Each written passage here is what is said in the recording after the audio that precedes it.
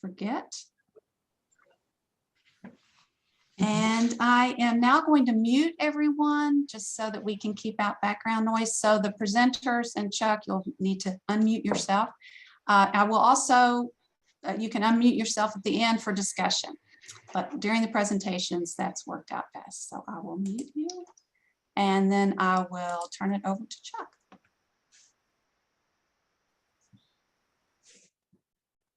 And Chuck, you'll need to unmute, sorry. I just muted you. Me. Well, I'm just delighted to have this session on our shopping center. Delighted that we have 3 people, senior people, who are going to be telling us what's happening, what's ahead.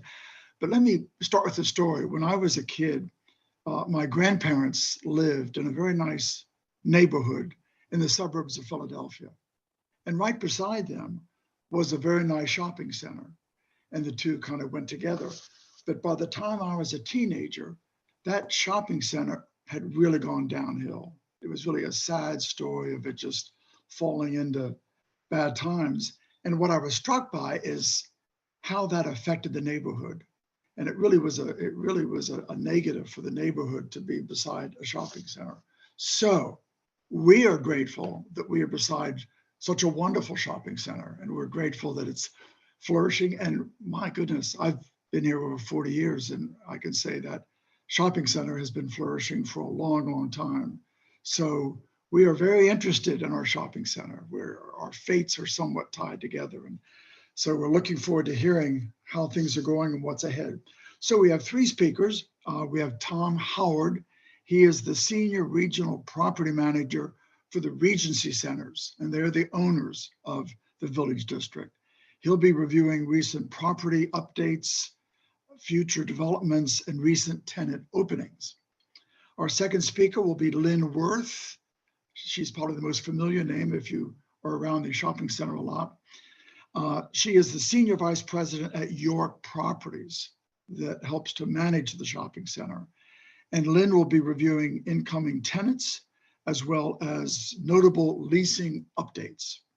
And then our third speaker is Abby Robinson, who is Social Media and Marketing Associate with the Village District Merchants Association. So she is with the Merchants Association of our shopping center, and she will be recapping marketing efforts.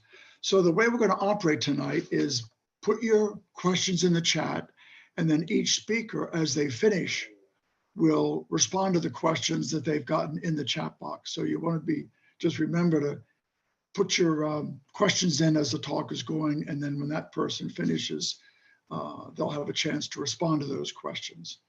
So I'm going to turn it over to Tom, who's going to start, and let's hear about the Village District. Well, thank you, Chuck. That was a great introduction, and really appreciate your comments on the shopping center. I can say on behalf of our entire team at Regency Centers, it's a true privilege to be amongst your neighborhood, to be able to operate this historic shopping center, and to have such good neighbors as yourself who have a good interest in it. It kind of goes hand in hand with what you mentioned about shopping center in a neighborhood, and when there's interested neighbors around us, it helps us be that much better operators. So I thought I would have a little aerial put together, and I thought I would share my screen to help have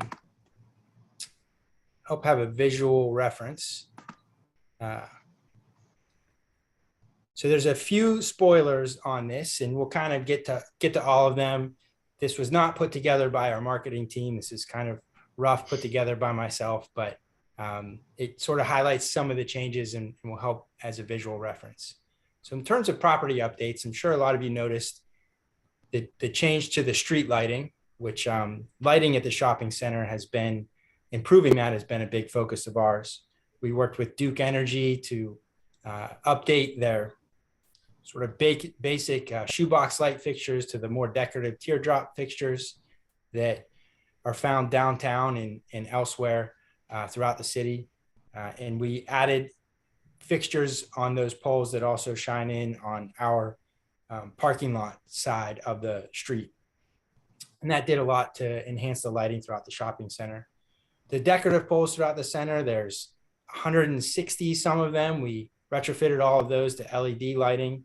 Virtually every light fixture at the shopping center has been retrofitted to LED to reduce our carbon footprint and improve our electric efficiency. You can see, along with the rebrand, we've done a lot of signage updates recently. The blue dots, 8 blue dots throughout the shopping center are all the new Village District monument signs. We also updated our directory signage along the sidewalks throughout the shopping center, and installed 2 new murals represented by the yellow dots on the aerial here. That's the big painted Village District murals, and we'll have lighting installed to make those more prominent within the next couple weeks. One of the bigger developments coming that we wanted to highlight to you is the hotel, where the K&W used to be. You'll kind of see up in that corner, there's 3 boxes. It's not finalized yet. I want to stress that it's not a fully done deal, but we recently went through the rezoning process with the city of Raleigh to rezone it to CX7. And we're very close to executing on a ground lease with the hotel operator. Haven't really announced publicly. This may be the first public announcement that it'll be a Hilton Curio brand hotel, which is a very boutique style line of hotels from Hilton. They're all individually named, and the name of this hotel is proposed to be Hotel Oberlin. It'll kind of be an L-shaped hotel, 7 stories high, with a restaurant on the top floor. Can't hear you, Tom. I'm sorry. Tom? Yeah. Did it go out? Can everyone else hear me? No, I could hear Okay. fine. Okay. I can hear. Mhm. Okay. Keep going. So it'll be a 7-story hotel. There'll be a parking garage represented by that third box without any letters in it. Overall, it's a net addition of about 15 to 20 parking spaces at the shopping center. So that's one of our biggest, most exciting changes coming. Construction would probably start in the first quarter of 2023, with the hotel opening in 2024. Moving along, one of the other exciting rebranding options we have is called the Overlook. I'm sure you're all familiar with Starbucks, and there's the 2nd floor office space next to Starbucks. It's above where the former Alumni Hall, Ritchie Shoes, and Carolina Lighting retail spaces are. And our objective is to transform this into a restaurant food use. Here's a rendering of what that would look like. We would install a 2-story vertical transportation elevator and stairwell along the front of the building, and have the office transform into a restaurant. Pardon me one second. Pardon me one second. Yeah. So I have a little visitor. So that again would be rebranded to Overlook, and we're pretty far down the road with a tenant to a restaurant user to occupy that space. Can't announce it yet, but when we do, we certainly will look forward to doing so. Another addition we're really excited about is some electric vehicle charging stations to go in the garage underneath Harris Teeter. There'll be 4 DC fast charges installed and operated by EVgo. We have a signed deal with them. They're currently working on their plans and permits. Their biggest hurdle is working with Duke to get power to the site. Those fast chargers require a new transformer to be brought in and a lot of power. So realistically, it would probably be about 6 months before those would be live and operable. But if anyone has any questions on those, happy to answer. And then as far as any recent tenant openings, I'm sure you're all familiar with, but we're very excited to bring Sephora to the site, Barnes & Noble to the site. Restore just opened next to Steve & Shell, which is a wellness and cryotherapy concept. Cape Fear Seafood, one of the newest restaurants, And If It's Paper was a relocation from our Ridgewood shopping center over at Wade and Ridgewood. So that's kind of my updates on some developments to be coming. I will say one more thing. Big focus of ours that we're going to start working on this year is improving the pedestrian experience throughout the shopping centers and within the various blocks. We'll be hiring a civil engineer and a design firm to evaluate how we can improve and kind of implement those changes in conjunction with the addition of the hotel over the next 2 to 3 years. The site, it's a wonderful site. It hasn't been updated a lot over the years in terms of pedestrian flow and access, and that's something we recognize needs attention.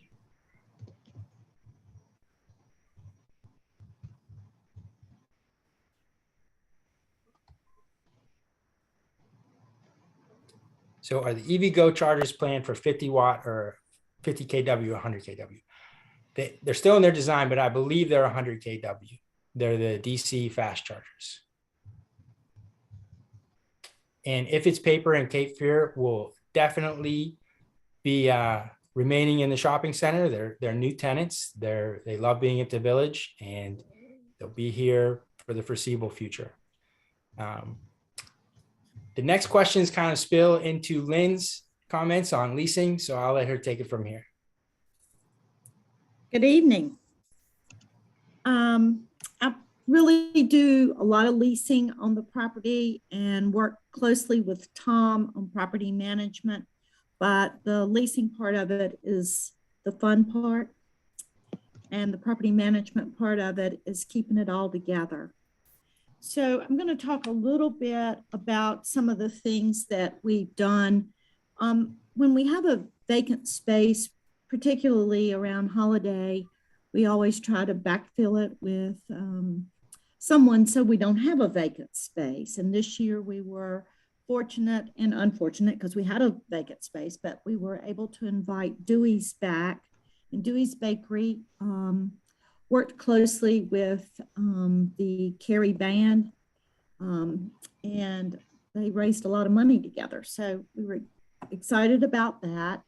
Right now we have La Mantea Gallery. He's out of New York, and he has been in the Palm Avenue space for a little bit over a year, and we are marketing that space as well. We would love to keep him. We just need to find the right space that fits his model financially and that fits with our merchandising plan. But he's had some interesting shows, and I think he's been well supported by the community. So we've been glad to have him as a part of a temporary tenant. This year we hosted Shepherd's Way they had a pumpkin patch, and they also had holiday trees and wreaths and everything you could want to decorate your home for the holiday. And they were over in the K&W lot, which was of course vacant, and it worked out great. They'll be back in about 3 weeks to have all their spring flowers. And if you will recall, maybe they were at North Hills near the J.C. Penney area for many years. But now with that construction going on, we've had to, they've had to find a new site. So possibly we'll be able to host them again this fall. It just depends on the hotel and how fast that moves. So we are in the process of welcoming a new bank where McDonald's was. Chase Bank should open in the next few weeks. I saw folks in there having meetings the other day, so it must be getting really close. They've got a beautiful new building where McDonald's was for many years. And let's go over to the block where the Village Deli is. And that would be, you would see Custom Ink. They are opening in a very small space, about 828 square feet. They should be open in just a few weeks, and they can print anything, caps, t-shirts, anything you want to have printed, they can do it. It's a really small space, and they do a great job of it. you know, they are a national tenant. We're excited to have them here. We hope that they're going to have some Tar Heel shirts printed up really quickly. And, you know, we'll just see how all that goes. But they, next to them will be Jenny's Ice Cream. And for some of you folks, you may know that Jenny's, I believe they're out of Columbus, Ohio. Is that right, Tom? He's not. Yes, that's correct. Yeah, Tom's from that neck of the woods. So Jenny's is a super great ice cream store, and we're happy to have them. As you know, we had Baskin Robbins for many, many years, and they will have the best of the best ice creams. You will see lines around the block. I could just tell you some of their great flavors, but I'll let you figure it out when you go. We hope they'll be open. I don't think it'll be in June, but sometime this summer. And then as we move on up that whole block, the nail spa, the Cameron Village Nail Spa, which will be the Village District Nail Spa, is moving from their current location to the space where Fifi's was. And Fifi's is now mowed. And that's because they needed to enlarge their space. We're excited about that. And then, as I said, Fifi's is mowed now, and they are in the block where Bailey's and Cantina 18 are temporarily until we move them to the former Maupin travel space. And that is near UPS and Moe's Southwest. So that block has got a lot of moving around going on, and then the hotel work as well. So we're excited about all those moves and people changing and enlarging and getting some new spaces. Tom talked a little bit about the Overlook.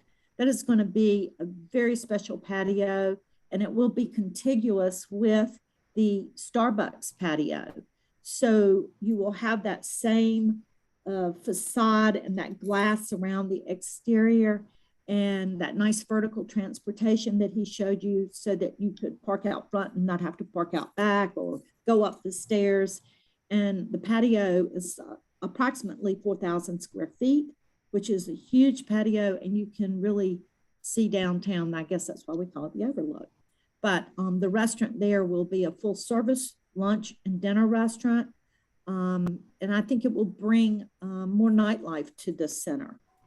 We're really excited about it. We can't talk about it at this time, but anyway. And then moving on down by the Overlook, we will have a new, another something to add some calories to your life, and it's called Tiff's Treats. And Tiff's Treats is out of Austin, Texas, and we are excited to have them. They have wonderful cookies. They will deliver them to your home, and they're warm when they come to your home. Or you can just go get one and then trot over and get an ice cream at Jenny's. But we're going to be in the dessert business in the Village District, so we're pretty excited about that. I think Tiff's Treats will be open by the end of May. So, and you can look up Jenny's and Tiff's Treats and read more about their companies and all their special desserts. But I think it's a great, it's just a great little shop to add to the village. Bailey's Fine Jewelry is underway for a 5th expansion. So they started in about 2,500 square feet, and now they have about, with this expansion, they'll have close to 12,000 square feet. This new expansion will be it'll be a lot different from their existing store. This is going to be a men's jewelry store. They'll have all kinds of men's jewelry. It will have kind of a clubby feel. It'll have a different exterior. They will have a special showroom for their Rolex, I guess, vintage watches, and they will move all of their men's jewelry into this new Bailey's expansion area. So it will, I mean, women are welcome, of course, to go buy something for your boyfriend or your spouse, but it's really just going to have a real different feel inside and outside. So they should be open by September. This is a big change for them, and they are really thinking it through. So we're excited about that too. Good Nights. I saw somebody put something in the chat box about Good Nights. Good Nights is moving from Morgan Street, and they are going to move into the Bargain Box. The Bargain Box is in the center block on the corner, and you may be familiar with it. You would go downstairs, and the Junior League ran the Bargain Box for many, many years, and they will have all their shows down there. So right now we're in the process of putting vertical transportation in there as well, and changing the whole stairwell, making it just easier for people to have access to the area. So I'm not sure when Good Nights will be open in their permanent space, but it will be sometime this year. It will probably be fall, maybe September, October. It depends on how all this construction, I guess, moves along. But in the interim, Good Nights is going to move to the K&W building. And that will be their temporary home because they have to move out of their permanent home on Morgan Street. And they will start construction on that. Just, you know, moving the furniture out of the dining room at the K&W and making it feel like a club, and, you know, sort of putting up some walls to keep you out of the kitchen. But we're excited that they will be in the village. We are excited that we're going to have nightlife in the village.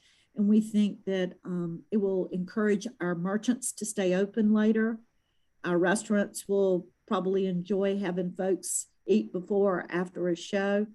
So I think that Good Nights could be open by maybe May the 15th in the K&W space. We have a new, great, super sexy restaurant coming to the village. When I say that, they are international. They serve shakes and hamburgers, and that's all I can say about it. They are going to be in the Mattress Firm space, which is over the permanent home of Charlie Goodnights. So let your imagination run wild on that. Okay, then moving over to the Fresh Market block. One Medical will be moving into part of the Talbot's space, and that would be the end space. And I would call One Medical I guess you would call it a concierge, you know, urgent care, concierge urgent care. So again, this is a national tenant. You can look it up.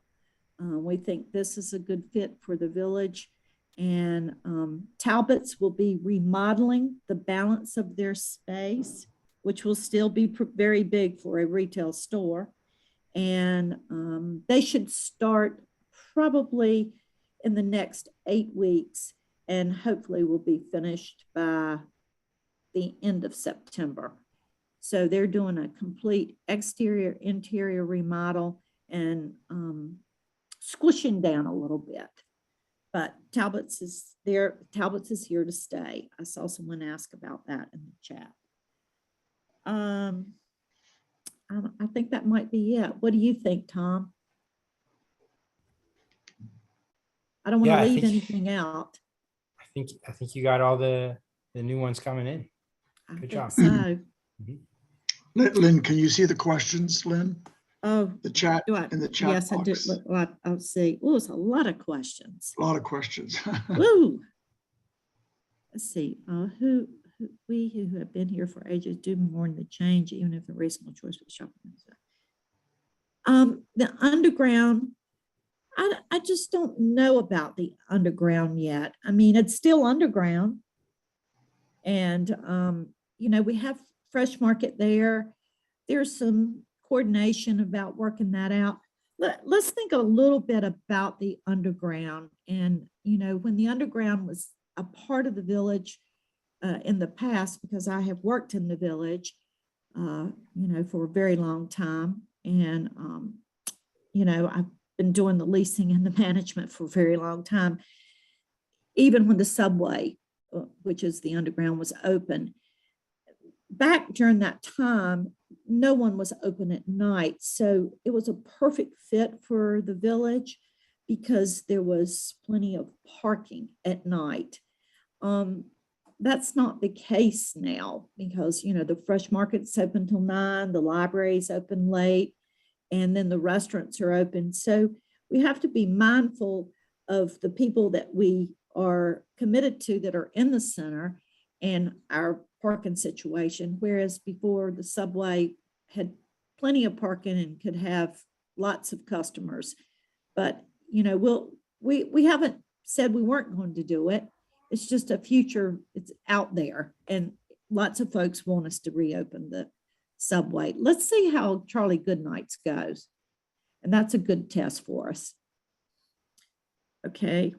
Let me see. How do I get to the next question?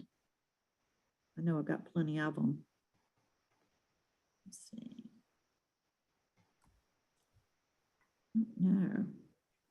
Then while you're doing that, I can address Dan's question Okay. about working with the comprehensive design team and just confirm that is absolutely the direction. Full comprehensive revisit of the site from lighting to landscaping, architecture to pedestrian flow, vehicular flow. And we'll have all those professionals gathered on a team to make sure we're making the right cohesive enhancements from block to block. I think I may have answered some of these questions already about Charlie Goodnights. And Talbot's is not leaving. If I haven't answered your question, will the shops where their store is shown on the map move or stay? The shops adjacent to Restore, which would be Wolfgang, and I guess Stephen Shell and Goodnights, we plan on those folks staying. Mhm. Yeah, Restore took the old Penzi Spices space, Yes. but everything else in that block is pretty stable. I would say someone said all the clothing stores for my age have left or will be leaving. Well, Talbot's is not leaving. I bet Chico's is sorry they left, and Ann Taylor too. But I think that Cannon's, if you're a Talbot shopper, then Cannon's ladies wear is probably a good choice. And CT Weekends, I do understand that we missed having Chico's in the center. Lots of folks were very disappointed when they left. But you never know. We may get some other shops. We're always looking for great, mom and pops and also national retailers. So don't give up on us. I'm in that age group too.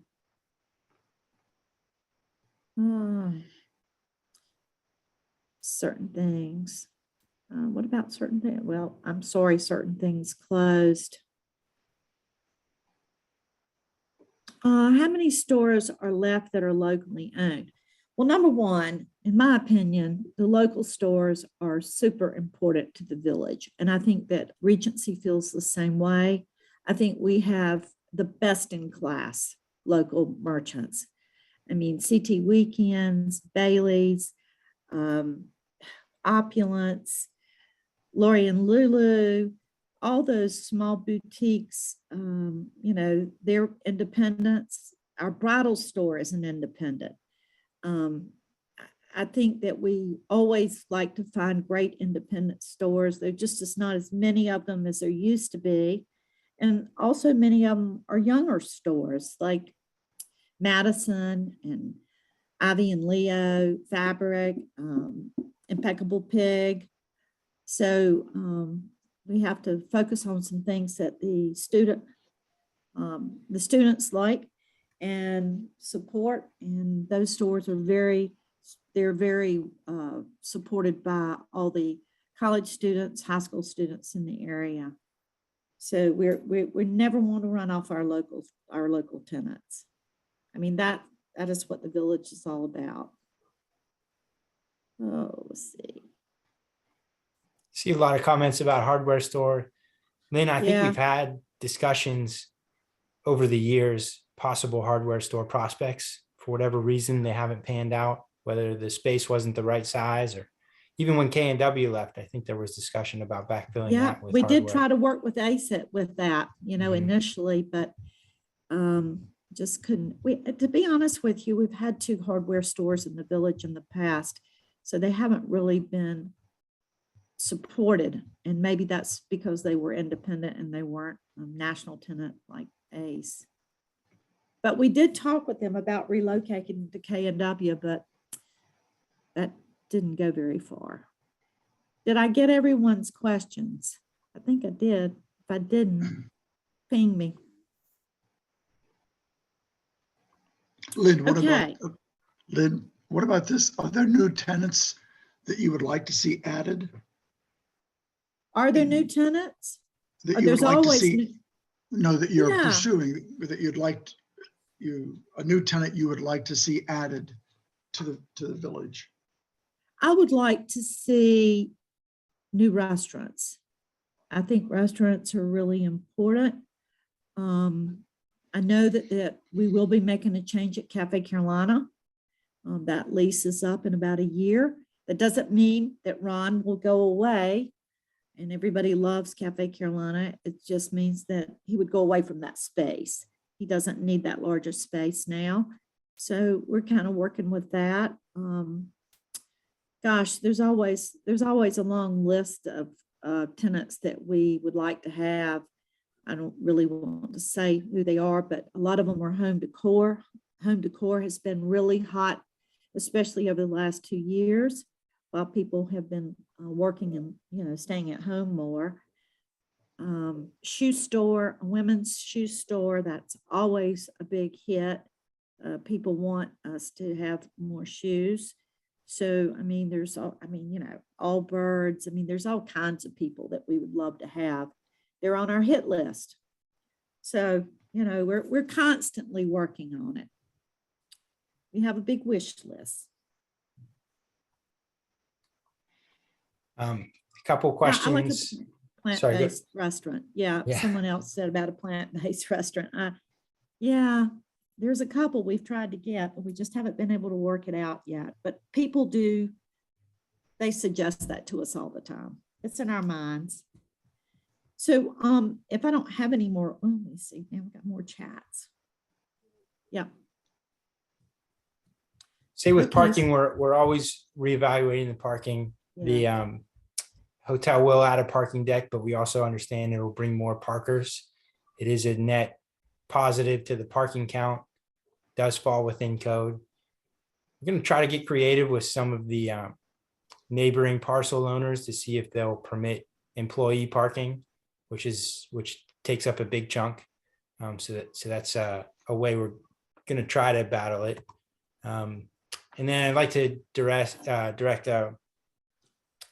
Ross and Deb's comment about being concerned about a comedy club. I'll reiterate that we have 24/7 security at the property.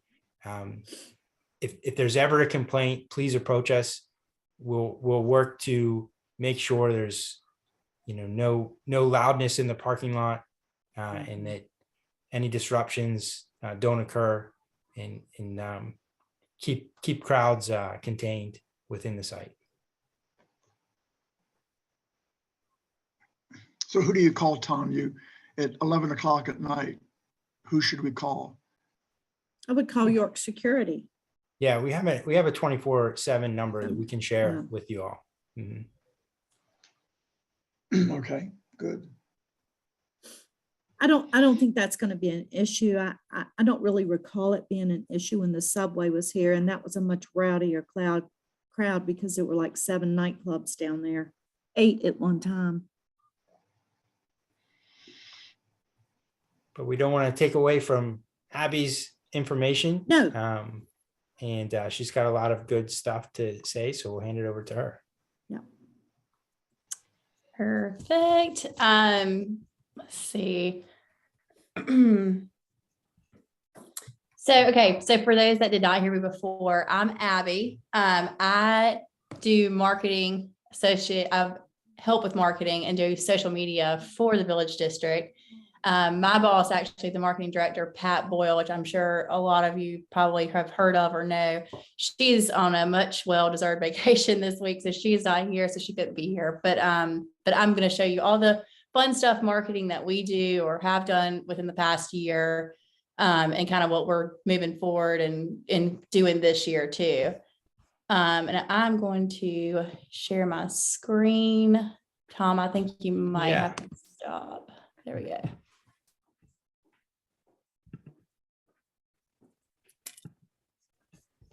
Perfect. Okay, so I'm very visual, so I put together a little presentation just so everybody can have visual too. But I do want to make sure that everybody can everybody see my screen? Yep. Cool. So move this here. Okay, so who are we? So I work for actually not Regency, not York. We work in partnership, but I work for the Village District Merchants Association. We're run by an elected board of directors that are pretty much made up of all merchant owners. So we work hand in hand with them really on a weekly basis to do all events, anything that's going on in the in the village. Pat and I work together with our board and Regency and York to put together events for our merchants and for all of our guests. One of our main goals is to always enhance customer experience, always support our merchants in the center, and also be good citizens within our community. And like I said, we do work in partnership with York Properties and Regency. Within the last year, we really did a bunch of ads with the whole rebrand. That consisted of commercials, ads on TV, digital, radio, print in Walter and Raleigh magazine. And also we did a really big presence on social media, targeting and boosting posts for the new ads that were created. I've actually got all the print ads I'm going to show you. This is one of them. Well, there we go. Okay, so for this first one here, we did concept behind it was brunch day out in the village. It was taken at Cape Fear Seafood. And some of our merchants that were called out in this was Uniquities, Lorena Luca, Skin and Spas, and Sephora. Of course, these were, like I said, in Walter and Raleigh magazine, social media, and the ads too. It was mostly in the fall. And then we also did it around holiday as well. Our next one was kind of getting ready for the big day. So, which is wedding day. So this is stuff that you could do. You know, we wanted to really capitalize on things that you can do all in the village. And so for this, it was shot at Cannon's Men's Clothing. And some of our call outs for this was, of course, Cannon's Clothing, Attire, Great Outdoor Provision Company, for groomsmen gifts, Bailey's Fine Jewelry, of course, because a wedding wouldn't be complete without jewelry, Wine Store to Celebrate, and Arrow for Barber. Again, print was in Walter and Raleigh magazine, and we did social media and TV as well. For this, we did a birthday party. That was our concept behind this, and this was shot at Goodberry's. Believe it or not, it took a lot that went into this. So this call out was Charlotte's for clothing for the mom, Walgreens for all of the party gear, and again, Medlin Davis for cleanup. Walter and Raleigh magazine, again, social media and TV. And it's so funny because you look at these, all three of them that just shows you, and it's just one shot. But if I could tell y'all the time it took just leading up to it, so each one took a day. So we did this all in 3 days for shooting. And here's, I can actually show you one of our final commercials that was done. And also we have on social media, I was talking to Lynn, I was like, do you think a 2-minute video is too long? We were both agreed that was probably way too long for all of y'all to sit through, but we have it posted on our social media on Facebook and Instagram. So you can actually scroll back there and look, but it's a behind the scenes look of what it took all 3 days. We were very tired after all 3 days, but it was very much worth it. It was very good. And so this year we actually have plans within the year to create 2 more ads, 2 new concepts. And just like Lynn talked about nightlife, kind of have that concept in our thinking for one of the concepts for one of the creatives. Let me show you one of these examples. This is actually the Good Berries.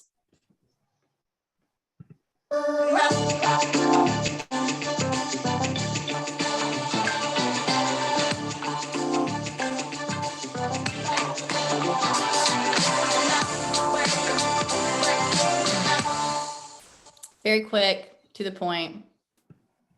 And again, each of the Cannons and Cape Pierce Seafood all had one of those.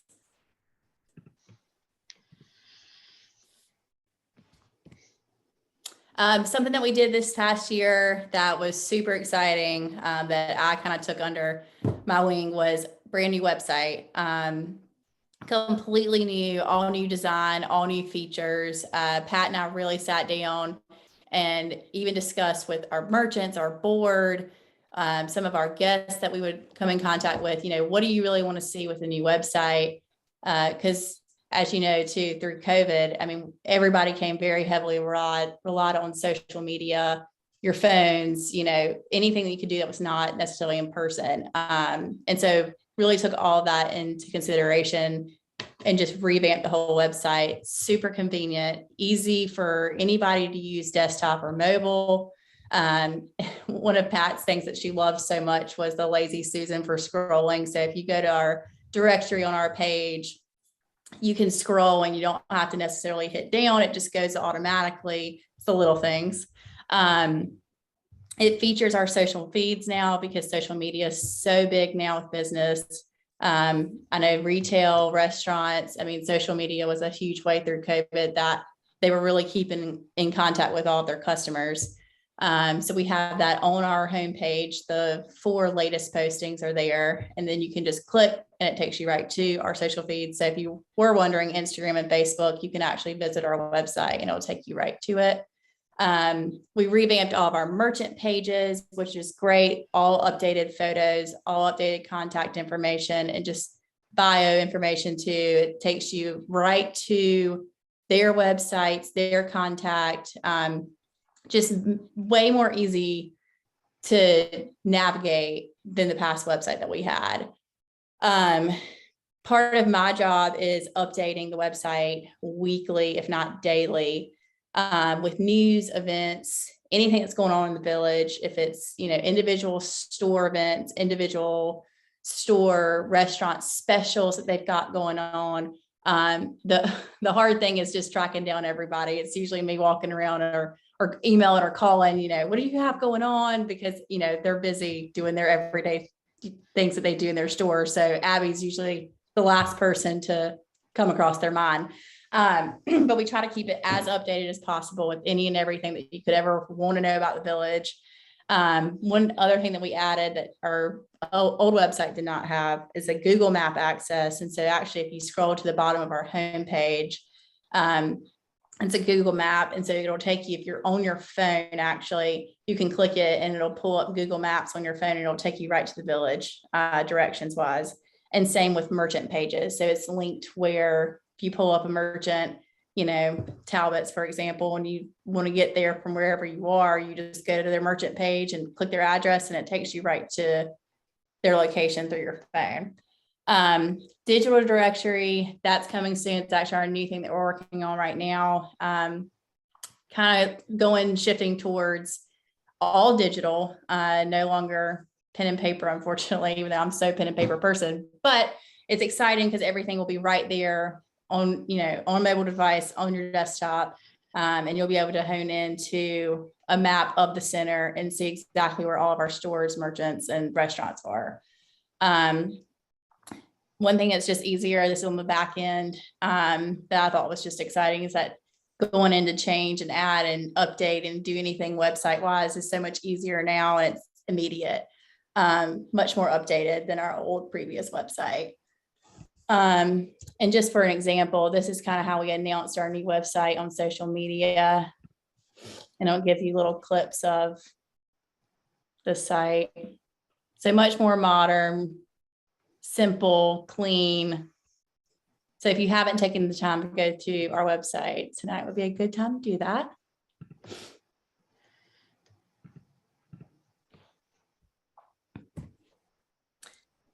So something else that we do marketing wise, social media, this is really my baby too, is we do seasonal social media efforts, and there are 2 different programs that are offered to all of our merchants twice a year, spring and fall. One is called the influencer program. And if you're on social media, you know that influencers are the biggest thing, and they're huge, and they really target locally all consumers. I catch myself, I know Pat catches herself, and I don't know, I'm sure all of y'all do. Influencers really can target in and get you every time what they're selling, whether it's through, it used to be swipe up, but now it's tap to links, and everything's just so immediate.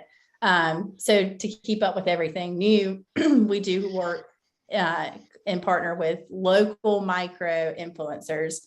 And the reason that we do that is to keep it local, because if you have these macro influencers, which are great, and it's great to do it as a center as a whole, but if you have local, then it keeps your customer and your new guests local. Here's for spring, which is actually just launched. And again, this program, all of our merchants get to choose between social push, which I'll talk about next, or the influencer program. Completely free to all of our merchants. They don't have to participate, or they can participate, whatever one they want to do. Again, influencer, Pat and I seek out micro influencers. We try to switch it up each season just to keep it different and fresh. We partner with them, and then we actually place with each influencer around 3 to 4 merchants. It just depends on how many that we have sign up. It's usually around 25 to 30, which is always my goal. They collaborate, work together, and that influencer actually will work with their assigned stores to promote them anywhere throughout the spring season. So right now it's going now through June. And then we actually will take their postings, which is great because they're usually really good content, really good photos. And then we're able to share it on our feeds, website, newsletter, and everything that, to promote that merchant.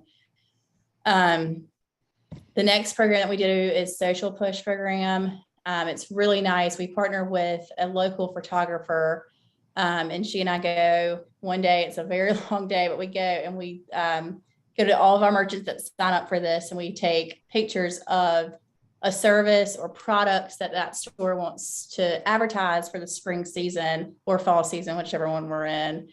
And so we take those photos and we post them on our social media pages, Facebook and Instagram, and we actually boost and target paid sponsor those posts for that merchant. So that's a different way of advertising those stores through our social pages.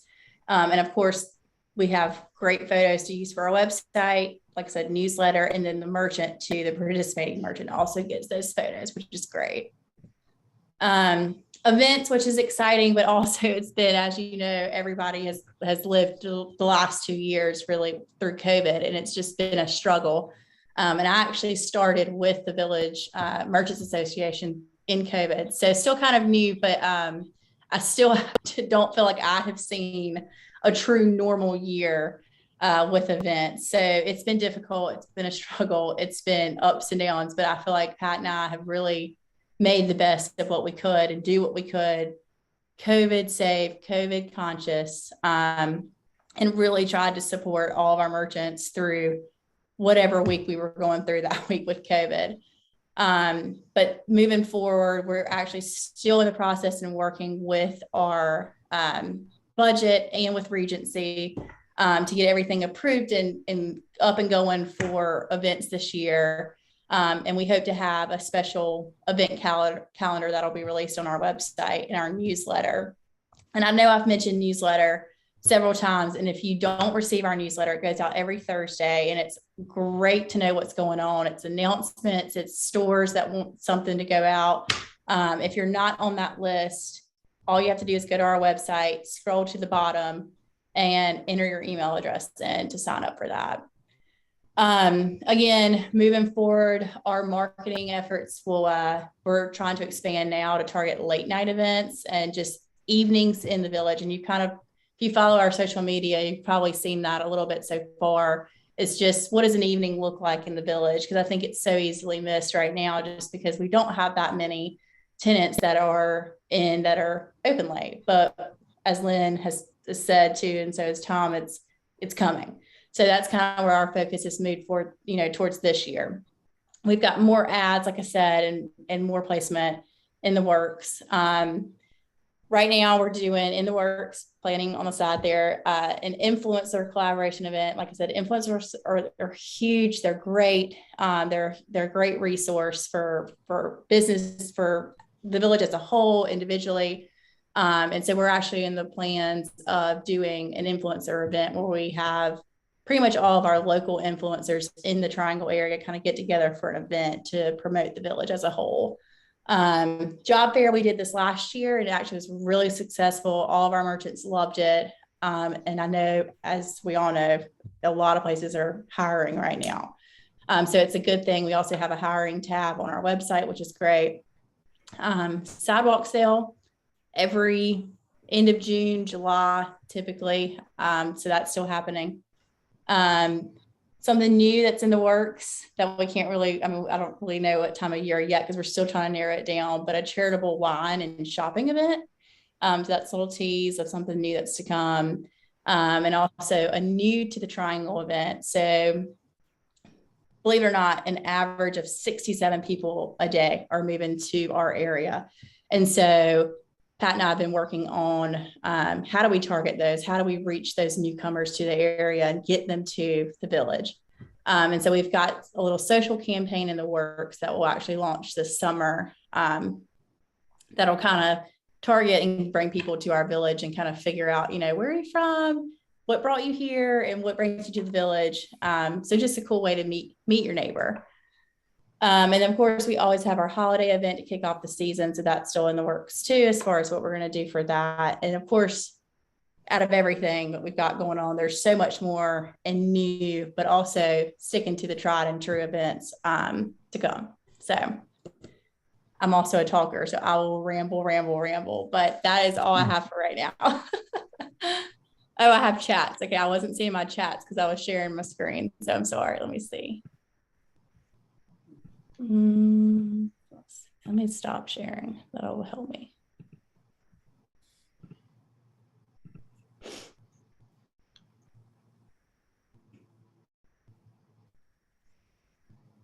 Abby, what can you say about the vertical gardens? Everybody loves them. Oh yeah, our living walls. So we love those. And if like I said, I do all of our social media. So if you see or if you follow us on Instagram and Facebook, you know that I love them too, because I post them probably too much because they're so good. But it's great because we do work and pay with influencers to come, and a lot of them will take pictures in front of those. But we also, what's great is, daily we have people tagging us in pictures of them coming out with their family, coming with their kids, or just taking pictures in front of those walls. We love them. And Lynn can correct me if I'm wrong, but I think they're here to stay. I think so. I had a question that got overlooked. I don't have your web address, your Instagram address, or your Facebook address. Okay, so you can go to our website, which is shopvillagedistrict.com. Okay. And if you go there, it actually will link you to our Facebook and Instagram. Everything you need social-wise is there. If you scroll down, it'll be pictures, 4 pictures of the latest postings, and you can actually click it and it'll take you right to it. Okay, thank you. You're welcome.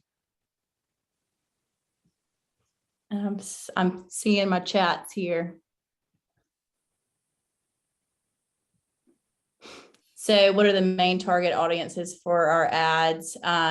So for social, we do pretty much the Triangle area. We do expand out to Eastern North Carolina. We have a lot of customers, especially in our retail stores, and then of course restaurants. It's a lot of Eastern North Carolina people, which is great. So we do try to expand outside of Raleigh just to target new. And if we ever do, like for the ads, we did a huge range of North Carolina just to get more engagement on those posts. So not just Raleigh, a little bit outside. Which of our stores have the highest volume of daily customers? That sounds like a Lynn or Tom question. I would say Harris Teeter. Is that, I know that's a grocery store, but I base that on their sales, and I base it on just the traffic in the parking lot. It's a very busy grocery store. Now, if you're going to talk about, retail, true retail and not grocery anchored tenants, I just don't know. It depends on the price point. It depends on the time of year. I mean, I would say probably fourth quarter, Bailey's does brisk business.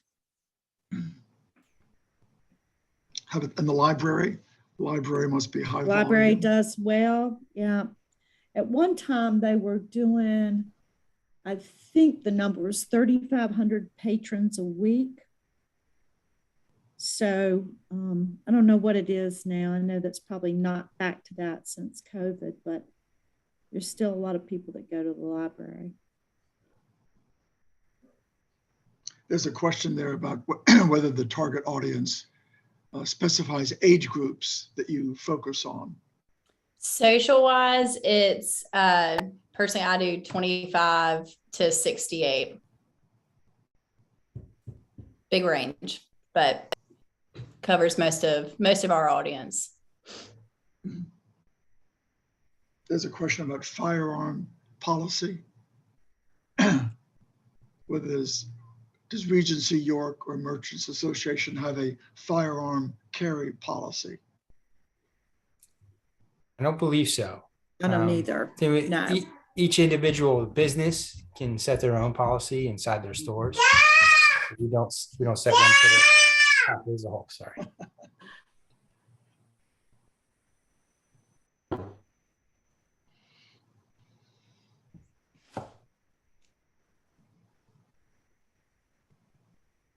So Jane, do we unmute people and see if there are any more, if people just want to pose questions? I think we've done Yes. well on the chat questions. Yeah, and people can just unmute themselves and ask the question if they like. So anybody else have questions for our group? For Tom or Lynn or Abby? Oh, Mike Lindsay? Yeah, y'all used to rotate graphics that were associated with the North Carolina Art Museum exhibits and stuff. That was in front of where the old Boylan Pierce sign used to be for all of us old people who remember that. I think it might be kind of above the ABC store area. I'm not really sure. Are y'all correct. still doing that? Because I thought it was a very fun detail. Everybody loved it. Excuse me, I have a question. Can you hear me? Yes. Can you hear me? I have a question. Will there be any children's stores in the village for children's clothes? It's on our wish list. They took a really bad hit 2 or 3 years ago. We had several, probably 4 years ago, we had several children's stores. It's on our focus. We're missing that whole age group, and we're working on it. I don't know that we addressed Mike's question. Thank you, Tom. I was going to come back. So personally, I was talking with Chuck prior to the call, but I don't think I informed everyone. I've only been in this region for a little over 2 years. And it's been a very great 2 years, and I'm looking forward to much longer. But I don't know, Lynn, if you're familiar with the history of the graphics Mike was talking to. Yes, we had I think we coordinated that with the art museum. Pat Boyle, who's the marketing director and couldn't be with us tonight. She worked that out, and people really enjoyed it. At whatever shows were on, we had a mural up. And I think that was like maybe a 2-year arrangement that we did that with them. But yeah, I liked it too. I thought it was great. It was great for the art museum.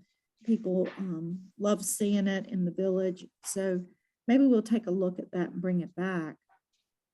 Yeah, it wasn't just shows, it was works of art Yes. that were it just was put up works of there art. regardless of the shows. That's And it was true. just a giant piece of a painting or a whole painting Mhm. that just made everybody happy to look at it.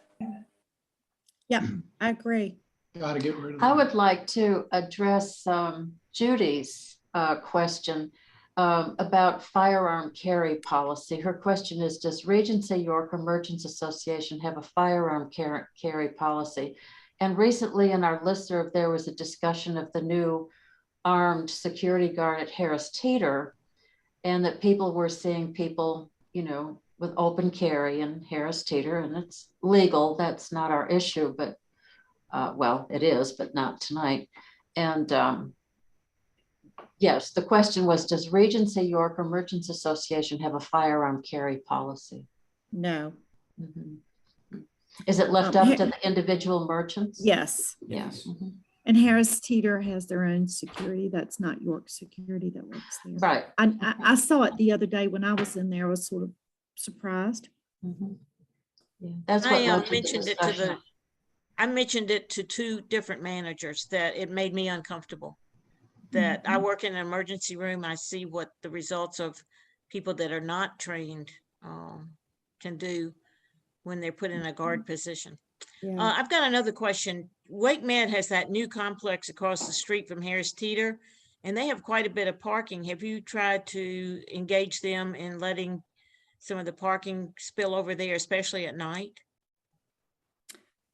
No, we haven't. Before it was Wake Med, we did lease spaces at the 505 building. And we had 35 spaces, and we shuttled employees back and forth from there.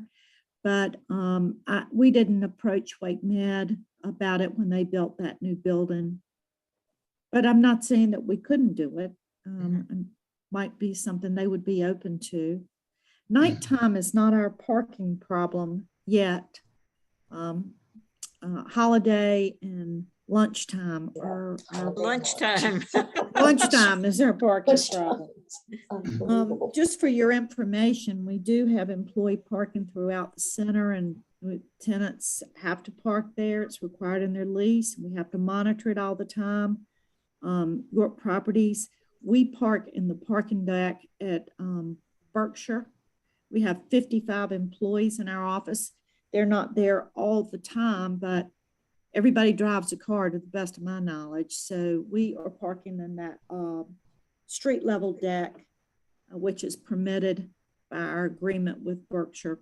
So we're not parking on site, and we try to move folks around, particularly during fourth quarter. But back to your question, that's a good idea. I haven't driven over there to look at their parking lot during the day either. Maybe they would be open to it. It's not like Wake Med really needs the money, so I don't know if that's Lynn, can you respond to the last item in the chat box about the library and Fresh the Market? library has we love the library. The library has always been an important part of the village. This is not where the library is located now, was not their original location. They were formerly in the Taza kitchen space when they first moved to the village. But the library closed and remodeled, and the Fresh Market was very upset about it because their sales were reduced by 20% because they missed all the people from the library and the moms going over for story time and the shopping. So I believe Regency would agree with that, that the Wake County Library is a very important part of the village district, and it fits with our shopping center. Mhm. Absolutely. Thank you. Mike Lindsay. Yeah, I have a question about affordability for retailers in Cameron Village. I've been in Raleigh since I came to NC State in 1976, obviously lived in Cameron Park. And I've seen the Village District go from what I thought of, like we used to have 2 department stores. We had 2 cafeterias. It's transitioned and changed, and I applaud management for keeping the center vibrant and healthy throughout all these changes and all the decades. But I'm just wondering, where do y'all sit in terms of cost per square foot compared to like Crabtree Valley Mall or other shopping centers? Are y'all at the upper end, the middle? Because I wonder, everything seems to be like an expensive shop or restaurant of some kind, even though the prices are okay, I think, in a lot of places. But I'm just wondering, your cost per square foot, is it on the upper end of what is typical for retail, or where is it? I would like to say that I think it's market. It's market rent. I think it probably is on the upper end, but I think it's very similar to North Hills. I'm not sure that we might not be a little tad bit higher than Crabtree at this time in our life, but it's truly market rent, or we couldn't rent the spaces. Sure.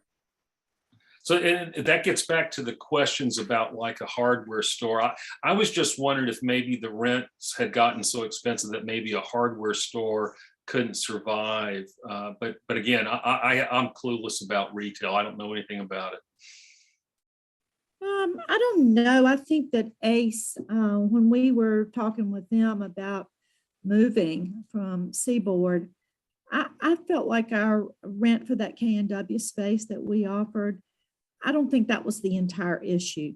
I think there were other issues. Maybe they found another space, or I don't think rent was the issue then, but it could be the issue now because our rents have changed in the last 2 years. Okay, thanks, Lynn. Mhm. There's a question about traffic congestion exiting Harris Teeter to Starbucks. I'm not sure. Yeah, that's a tricky one. Who deals with traffic? Well, inside the parking lots, we deal with it. On the streets, the city of Raleigh deals with it. That's a tricky in and out there with the Starbucks traffic. You've got to pay attention. How about a roundabout? Their roundabout was suggested for that at Clark Avenue and Oberlin, and the setbacks are there for it, but I don't know that it's going to come to fruition. I know that was a roundabout area that they were targeting, but I haven't seen much. And because they have a Chase Bank going up too, right next to the Starbucks. Yep. So. Yep.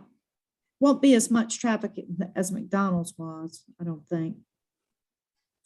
The good thing about that parking lot will be shared, where McDonald's would never share their parking. It's a good comment though, David. And I think as we're going through our fresh look at the site with our comprehensive team, traffic review, crossing the city streets of Woodburn and Cameron will be part of that process. And we'll certainly give this a hard look. I remember for us that like a Walden Books, a bookstore. Yes.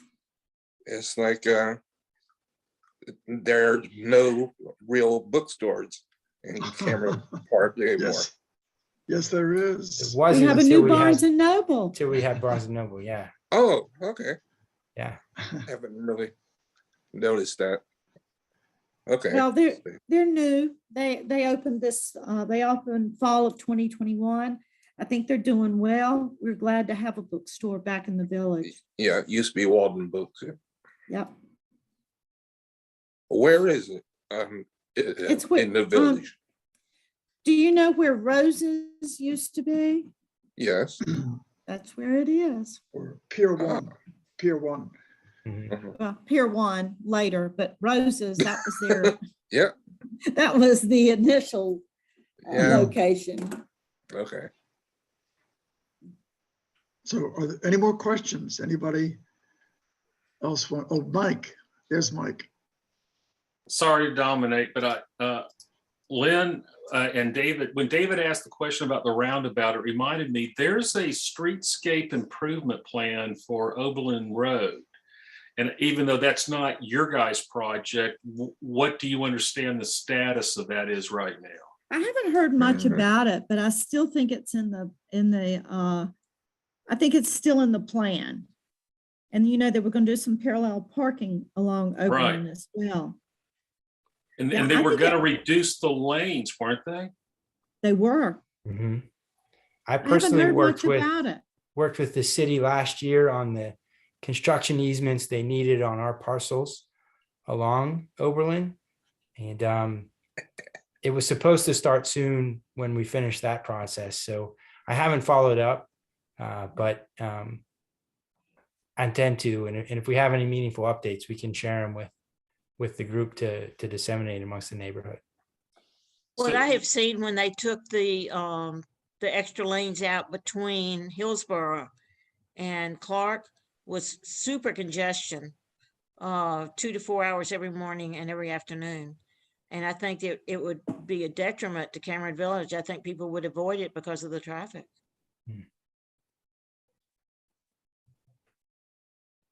Let's see. I don't know. I don't have a comment about that. I haven't seen it in a long time. So any more questions? If not, we'll turn it over to Jane to talk about April. But thank you so much to Tom, Abby, and Lynn. We are grateful for your time and We're Grateful glad for to do it. for your Yeah. hard Thank you all. work, for your hard work. Oh, Thank excuse you me. very much. Thank you. Excuse me. How about the Glad to bus do it. transportation? Sorry about that. Well, Like the bus stops and the Wolf Line going to Starbucks. We still, yeah, A we lot of still have congestion. four transit stops.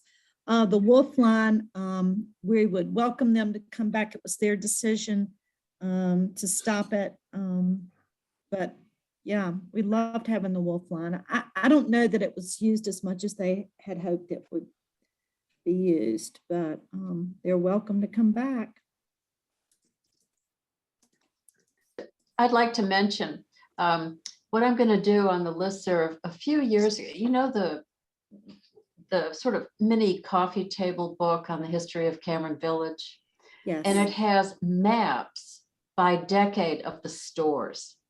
And I scanned those and I sent them out in a listserv post a few years ago, and I will do it again. If you've been here a long time, I mean, it is the good old, walk down nostalgia lane I and know it. reminders of these stores that you may have good or bad, but it's a lot of fun, and I'll post them on the listserv tomorrow again. That'd be great. Valentine's. That'd be great. Okay, I just wanna- All right. I want to Thank echo you, what everyone folks.